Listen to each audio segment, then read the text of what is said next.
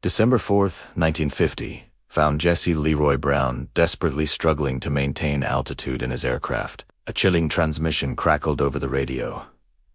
"Jesse, you're trailing something. It appears to be fuel."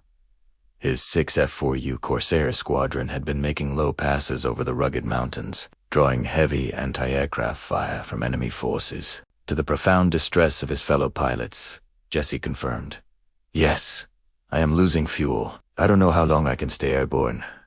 His wingman and close friend, Tom Hudner, watched in horror, observing a clear stream of liquid pouring from Jesse's plane.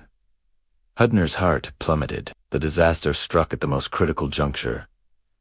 They were deep inside enemy territory, flying over a brutally cold, hostile, mountainous wilderness. With all other possibilities exhausted, the men scanned the unforgiving terrain for any potential spot to put the plane down. They finally spotted a small clearing on the steep mountainside.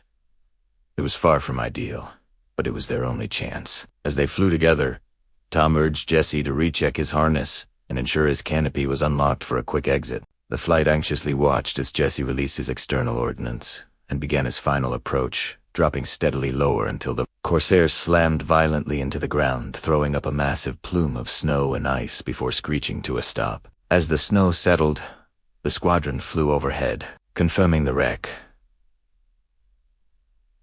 Jesse's aircraft lay mangled, the fuselage visibly bent around the cockpit.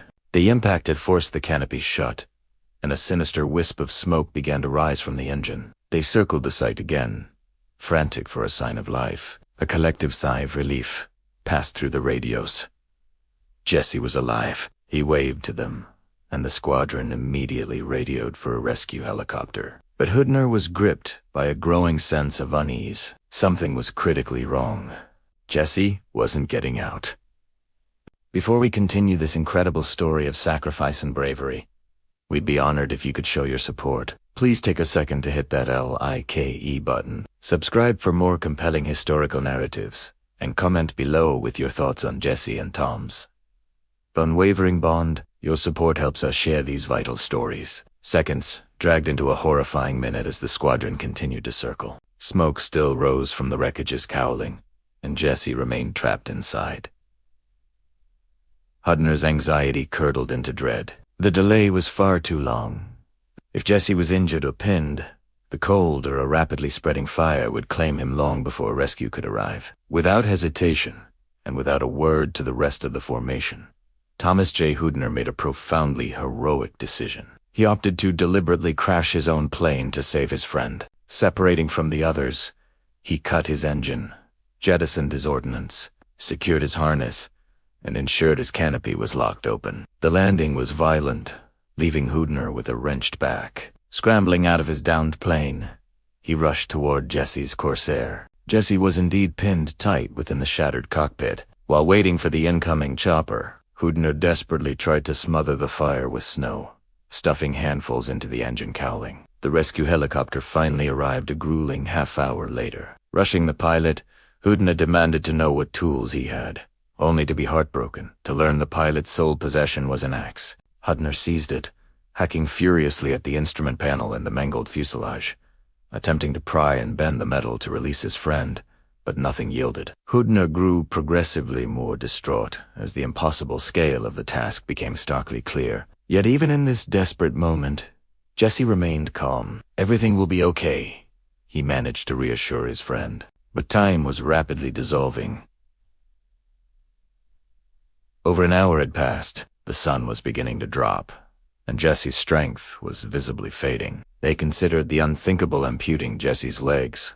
Dufree him but lacked the necessary tools, medical expertise, or crucial time. Hudner fought with every ounce of his remaining resolve, prying and bending, but the unyielding metal refused to budge. He battled on with an increasing, crushing despair. As Hudner tried everything possible, Jesse's eyes softly closed for the final time. Hudner spoke to him, but received no reply. He tried to rouse him, but Jesse didn't stir. With a gut-wrenching resolve, Hudner resumed his frantic efforts. He simply couldn't abandon him, believing it couldn't end this way. But then, the helicopter pilot delivered the terrible news. They had to leave.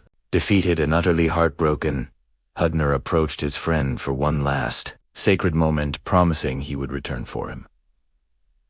Jesse's loss was a devastating blow to the entire squadron. He was remembered as a kind, strong man who'd overcome extreme poverty and the suffocating burden of segregation to become the first African-American aviator in the U.S. Navy. The following day, Hudner pleaded with his superiors for a recovery mission to bring Jesse's remains home, but the request was denied, citing the unacceptable danger of an operation behind enemy lines. Instead, 2 days later, they received orders to bomb the wreckage to prevent its capture by enemy forces. It was considered a Viking burial for Jesse.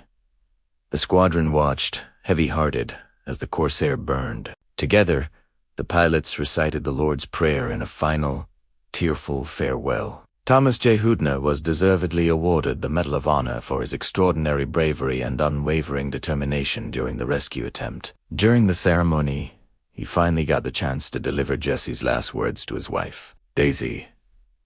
Yet Hudner never forgave himself for failing to keep his promise to return.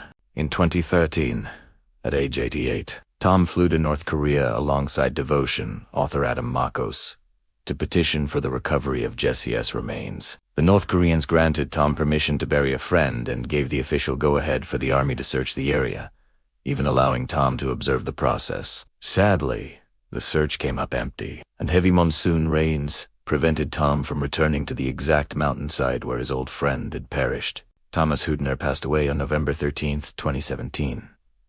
The powerful film Devotion, featuring the true story of Jesse and Tom, was released in 2022.